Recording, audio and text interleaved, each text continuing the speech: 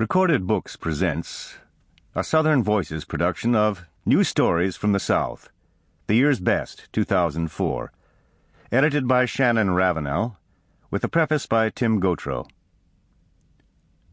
Southern Voices is a celebration of the rich heritage and distinct characteristics of Southern writers.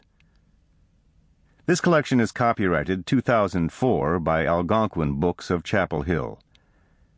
This recording is copyrighted 2004 by Recorded Books. This collection of short stories opens with a preface by writer Tim Gautreaux, entitled Warts and All.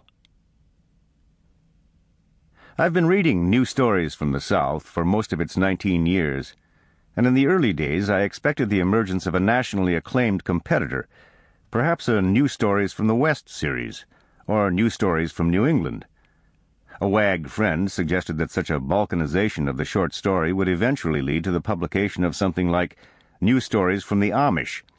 But at any rate, no major regional rival ever came about, and I was left asking why New Stories from the South grew into the country's premier showcase of short stories birthed in a particular area of the country.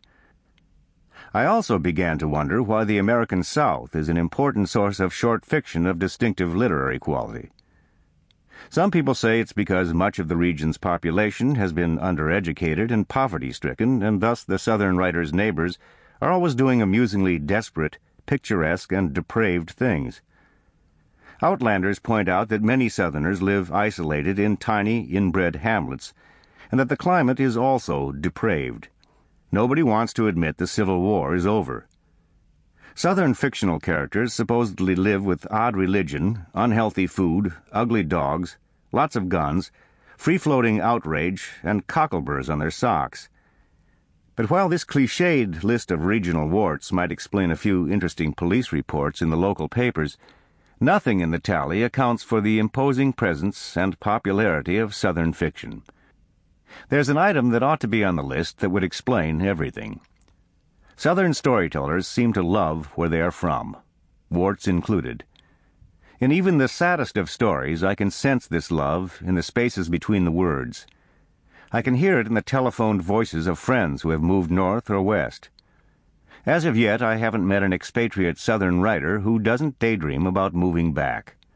I don't know what's missing, what loved thing can't be found in other parts. It might be the language, which is decidedly non-standard, inventive, and ear-catching. For example, I walked into a grocery store in Ponchatoula, Louisiana, some time ago, and saw a pyramid of Creole tomatoes.